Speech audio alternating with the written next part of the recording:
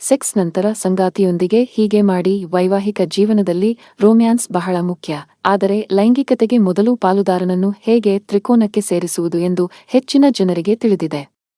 ಆದರೆ ಸಂಭೋಗದ ನಂತರ ಅವರು ಮುಚ್ಚಿಟ್ಟು ಏನೂ ಆಗಿಲ್ಲ ಎಂಬಂತೆ ಮಲಗುತ್ತಾರೆ.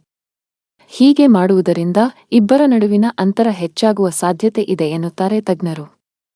ಸಂಭೋಗದ ನಂತರವೂ ಸಂಗಾತಿಯೊಂದಿಗೆ ಮಾತನಾಡಲು ಮತ್ತು ಅನೇಕ ಚಟುವಟಿಕೆಗಳನ್ನು ಮಾಡಲು ಹೇಳಲಾಗುತ್ತದೆ. ಹೀಗೆ ಮಾಡುವುದರಿಂದ ಇಬ್ಬರ ನಡುವೆ ತಿಳುವಳಿಕೆ ಹೆಚ್ಚುತ್ತದೆ ಮತ್ತು ಇಬ್ಬರೂ ಪಾಲುದಾರರು ಸಂತೋಷವಾಗಿರುತ್ತಾರೆ. ಆದರೆ ಈಗ ಸೆಕ್ಸ್ ನಂತರ ಏನು ಮಾಡಬೇಕು ಎಂದು ತಿಳಿಯೋಣ. ಪ್ರೀತಿಯಾಗಲು ಲೈಂಗಿಕ ಸಂಭೋಗದ ನಂತರ ನೀವು ತಕ್ಷಣ ಮಲಗಲು ಹೋದರೆ ನೀವು ಆ ಅಭ್ಯಾಸವನ್ನು ತ್ಯಜಿಸಬೇಕು. ಮಿಲನದ ನಂತರ ನಿಮ್ಮ ಸಂಗಾತಿಯೊಂದಿಗೆ ಪ್ರೀತಿಯಿಂದ ಮಾತನಾಡಿ. ನಿಮ್ಮ ಸಂಗಾತಿಯನ್ನು ಪ್ರೀತಿಯಿಂದ ತಬ್ಬಿಕೊಳ್ಳಿ ಮತ್ತು ಇಬ್ಬರ ಭಾವನೆಗಳನ್ನು ಹಂಚಿಕೊಳ್ಳಿ. ಅವರು ತಮ್ಮ ಅಭಿಪ್ರಾಯಗಳನ್ನು ಪರಸ್ಪರ ಹಂಚಿಕೊಳ್ಳಬೇಕು. ಹೀಗೆ ಮಾಡುವುದರಿಂದ ಇಬ್ಬರ ನಡುವಿನ ಪ್ರೀತಿ ಇಮ್ಮಡಿಯಾಗುತ್ತದೆ ಎನ್ನುತ್ತಾರೆ ತಜ್ಞರು. ಇಬ್ಬರ ನಡುವಿನ ಬಾಂಧವ್ಯವು ಗಟ್ಟಿಯಾಗಲಿದೆ ಎನ್ನಲಾಗಿದೆ. ಆರಾಮ ವಲಯದಲ್ಲಿ ಇರಿಸಿ. ಸಂಬಂಧದಲ್ಲಿ ಸಂಭೋಗದ ನಂತರ ಅನೇಕ ಜನರು ತಮ್ಮ ಸಂಗಾತಿಯನ್ನು ನಿರ್ಲಕ್ಷಿಸುತ್ತಾರೆ.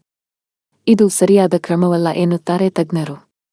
ಸಂಭೋಗದ ನಂತರ ಸಂಗಾತಿಯನ್ನು ಆರಾಮ ವಲಯದಲ್ಲಿ ಇರಿಸಲು ಸೂಚಿಸಲಾಗುತ್ತದೆ.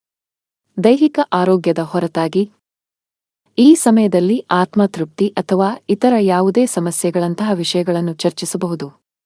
ಸಮಸ್ಯೆಗಳಿದ್ದರೆ ನೀವು ಅವುಗಳನ್ನು ಪರಿಹರಿಸಬಹುದು. ನಿಮ್ಮ ಬಗ್ಗೆ ನಿಮಗೆ ತೃಪ್ತಿ ಇಲ್ಲದಿದ್ದರೆ ನಿಮ್ಮ ಸಂಗಾತಿಯನ್ನು ತೃಪ್ತಿಪಡಿಸಲು ನೀವು ಏನು ಮಾಡಬೇಕೆಂದು ನೀವು ಗಮನಹರಿಸಬಹುದು.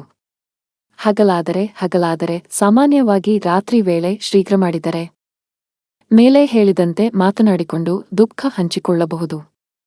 ಅದೇ ದಿನದಲ್ಲಿ ಇತರ ಕೆಲಸಗಳನ್ನು ಮಾಡಬಹುದು. ಇಬ್ಬರೂ ಒಟ್ಟಿಗೆ ಚಲನಚಿತ್ರಗಳನ್ನು ನೋಡುವುದು, ಸಂಗೀತವನ್ನು ಆನಂದಿಸುವುದು ಮತ್ತು ವಿಷಯಗಳ ಬಗ್ಗೆ ಮಾತನಾಡುವುದನ್ನು ಆನಂದಿಸಬಹುದು. ಹೀಗೆ ಮಾಡುವುದರಿಂದ ನಿಮ್ಮ ಸಂಗಾತಿಗೆ ನಿಮ್ಮ ಮೇಲಿನ ನಂಬಿಕೆ ಮತ್ತು ಪ್ರೀತಿ ಹೆಚ್ಚಾಗುತ್ತದೆ. ನಿಮ್ಮನ್ನು ಹತ್ತಿರಕ್ಕೆ ತರುತ್ತದೆ. ದೇಹಕ್ಕೆ ಮಾತ್ರವಲ್ಲ, ಪ್ರೀತಿ ಕೇವಲ ದೇಹಕ್ಕೆ ಸಂಬಂಧಿಸಿದ್ದಲ್ಲ, ಮನಸ್ಸಿಗೂ ಸಂಬಂಧಿಸಿದ್ದು.